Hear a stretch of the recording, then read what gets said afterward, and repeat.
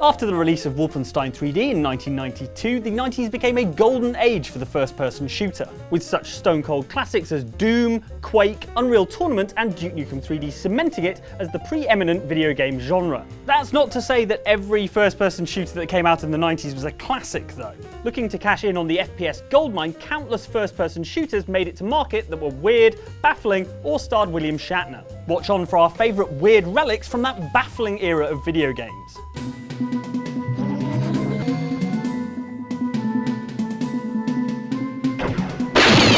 Set in the distant future year of 2006, Forbes Corporate Warrior imagines a world in which the term corporate warfare is a term to be taken literally. In the game, players could battle rival companies through the use of a VR device known as the DSMI helmet, taking market share and growing their own stock price by firing cash at their competitors? Yeah, I'm not sure that's how business works.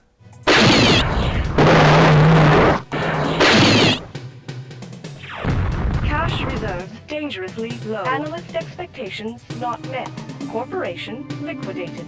This all takes place in a virtual world meant to represent the real-life stock market, which is probably why they made it so incredibly boring. In a featureless expanse of metal flooring, you fire your cash lasers at your competitors, most of whom seem to be poorly made parade floats, all the while keeping an eye on your supply and demand gauges and watching the cash reserves for your parade float business dwindle every time you move, shoot, or do anything. Corporate Warrior was officially licensed from Forbes and described as Doom meets Wharton School of Business, so presumably there were people out there who thought they were learning about how the business world works from this game. You are about to enter Level 2. You will encounter vicious competitors known as piranhas. To be fair, that is good knowledge. I had no idea that corporate financiers were regularly attacked by carnivorous fish.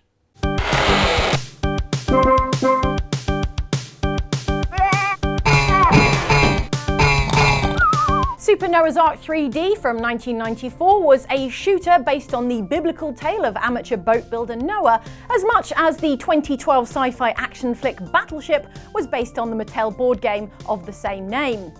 Not very. For starters, the Book of Genesis never had pre-flood patriarch Noah roaming around his ark, collecting fruit and shooting angry animals with food to make them fall asleep. And if I know my Old Testament, it was 2 of every kind of animal on the Ark, whereas Super Noah's Ark 3D populates the Ark with, I estimate, 8,000 goats. Therefore, as a Bible study tool, it is, shall we say, unreliable. But this game's departure from accepted interpretations of Scripture is not even the strangest thing about Super Noah's Ark 3D. Get this, the game actually started life as a licensed game adaptation of the horror movie Hellraiser. What? How can that be right?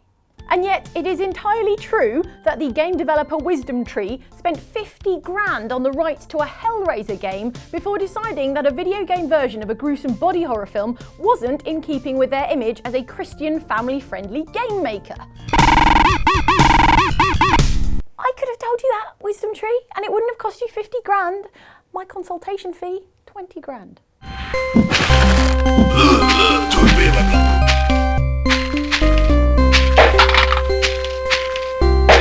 Back in the 1990s, first-person shooters operated a bit like romantic comedies, in that you could theme them around anything you liked, regardless of how stupid the final product ended up being. So step forward Christmas Carnage, the Love Actually of 90s FPSes, which thought it was a good idea to cash in on the holiday season by having you murder a bunch of seasonally themed things to a jaunty MIDI soundtrack. Here, festive cheer and goodwill to all is set aside in favour of axe murdering a bunch of snowmen who can shoot lasers out of their eyes. Wow, that is a lot of blood inside that snowman. Other enemies include elves and what I think is supposed to be Santa, but there are loads of him and they're wearing white lab coats. So, Santa's science division? Well, good luck getting any sled upgrades this year, Santa. Sorry about it. That's probably for the best, since inspecting the presents that Santa has put out this year reveals that everyone was just getting handgun ammo anyway. I'm never going to get that pony I've asked for.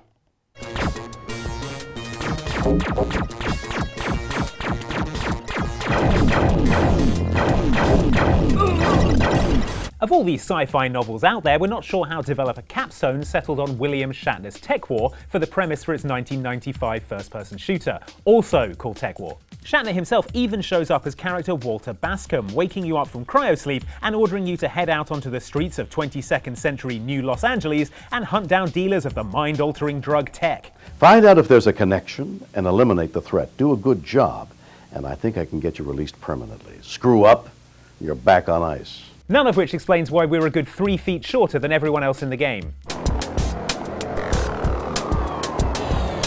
Maybe our legs snapped off when we climbed out of the cryopod?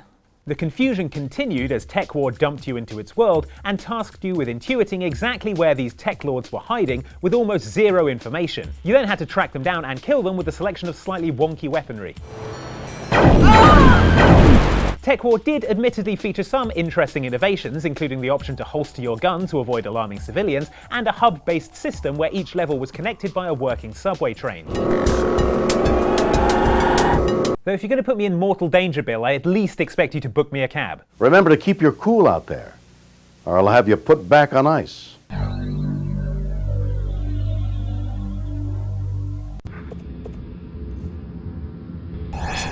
Saints of Virtue goes to show that there is no spiritual lesson that can't be taught in a first-person shooter, is what I'd be saying if Saints of Virtue was another, better, less baffling game. In it, you cruise the caves of loneliness and the pits of despair, spelunking in search of biblical wisdom to unlock the way ahead, always with a sword held in front of you, horizontally, at crotch level, the way nobody does. It's with this sword you shoot lasers of holiness, probably, at hovering Easter Island heads or giant evil masks or whatever these things are. They're definitely an allegory for something, like swearing on a Sunday or premarital sex.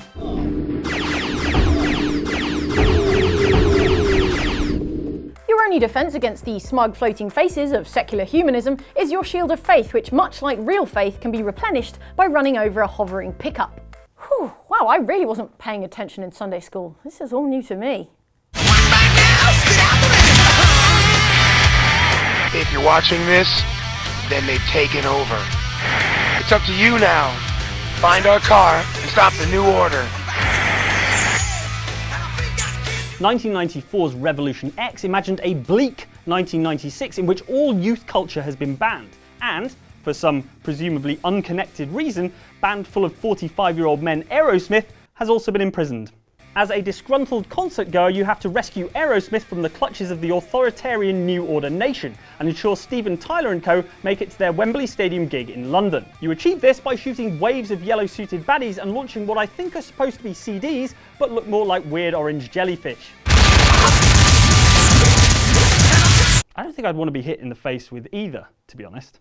Along the way, you can rescue hundreds of identical blonde bikini ladies, played by Sonya from Mortal Kombat, liberate members of the band, and listen to heavily compressed versions of Aerosmith's biggest tunes like Eat the Rich, Sweet Emotion, Walk This Way, and Eat the Rich.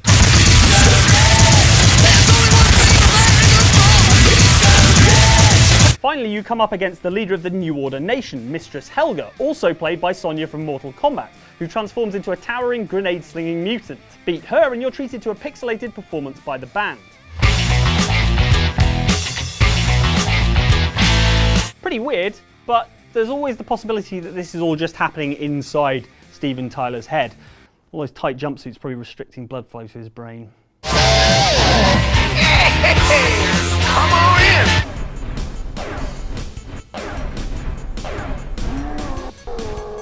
Descent-style flying shooter Virus set its action not on a space station or in the bowels of hell, but in the scariest place imaginable in 1997, your hard drive. The aim was to fly around the interior of your sweet 1997 Pentium, blasting viruses like a heavily armed version of Norton Antivirus. What set Virus apart, though, was that the levels were procedurally generated based on your computer's file structure, with the game even pulling in photos from your hard drive to decorate the place. Which, I mean, best case scenario, stray lasers are going to hit pictures of your parents and beloved family pets. Worst case scenario, you fly into a room decorated with promotional photos for your older brother's secret erotic balloon animal business. Forget shooting the viruses, I'm crashing this ship directly into the computer's motherboard. It's the only way to be sure.